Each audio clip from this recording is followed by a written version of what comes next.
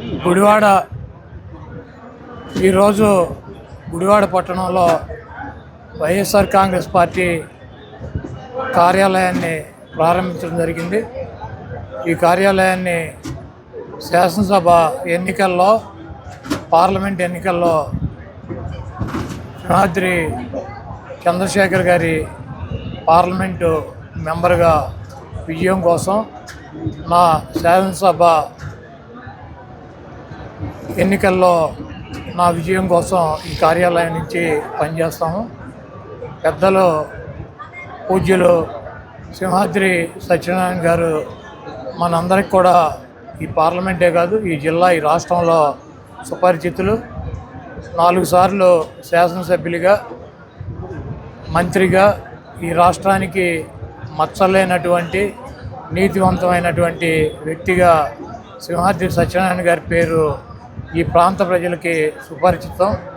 అదేవిధంగా ఆయన తనయుడైనటువంటి డాక్టర్ సింహాద్రి చంద్రశేఖర్ గారు డాక్టర్గా ఈ ప్రాంతంలో ఉన్నటువంటి అనేక మంది పేదలకి, అనేక మందికి వైద్య సేవలు అందించినటువంటి గొప్ప పేరు ప్రఖ్యాతులు గాంచినటువంటి డాక్టర్ ఆయన ఈరోజు వైఎస్ఆర్ కాంగ్రెస్ పార్టీ తరఫున పార్లమెంటు అభ్యర్థిగా మన మచిలీపట్నం నుంచి వైఎస్ఆర్ కాంగ్రెస్ పార్టీ అభ్యర్థిగా పోటీ చేస్తున్నారు. తప్పకుండా మనం గతంలో చాలామంది పార్లమెంటు సభ్యులను చూసాం. డాక్టర్ గారు మంచి సేవాభావం ఉన్నటువంటి వ్యక్తి. ఆయన కుటుంబం సింహాద్రి సత్యనారాయణ గారిని, ఆయన తండ్రి గారిని మనం చూసాం. సౌమ్యుడు, మితభాషి, అదేవిధంగా ఈ ప్రాంతానికి అనేక సేవలు అందించినటువంటి వ్యక్తి.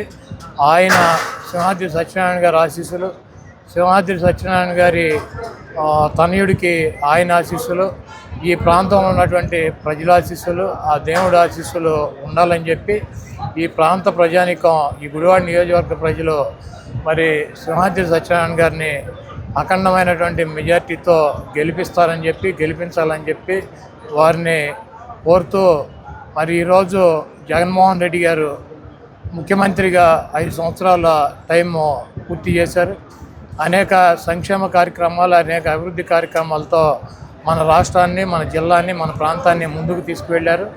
ఉదాహరణకి పోర్టు కడతాం అని చెప్పి అనేక ప్రభుత్వాలు వచ్చి శంకుస్థాపన చేసి వెళ్ళినప్పటికీ మరి పోర్టు పనులు పూర్తి చేసేటువంటి దిశగా ప్రయాణం చేస్తున్నటువంటి వ్యక్తి జగన్మోహన్ రెడ్డి గారు. అదేవిధంగా మన జిల్లాకి ఒక మెడికల్ కాలేజీని తీసుకొచ్చినటువంటి వ్యక్తి జగన్మోహన్ రెడ్డి గారు. ఈరోజు ఈ గుడివాడ పట్టణంలో ఉన్నటువంటి టిట్కో ఇళ్ళు కానీ, ఇందిరమ్మ ఇళ్ళు కానీ, లేకపోతే పిల్లలకి చదువుల్లో కానీ, పెద్దలకి ఆరోగ్య సమస్యలు వచ్చినప్పుడు వాళ్ళకి ఆర్థికంగా సహాయ సహకారాలు అందించడం కానీ అనేక కార్యక్రమాలతో మరి ముందుకు వచ్చారు. మరి ఈరోజు ఎన్నికల నోటిఫికేషన్ వస్తుందని చెప్పి చెబుతున్నారు.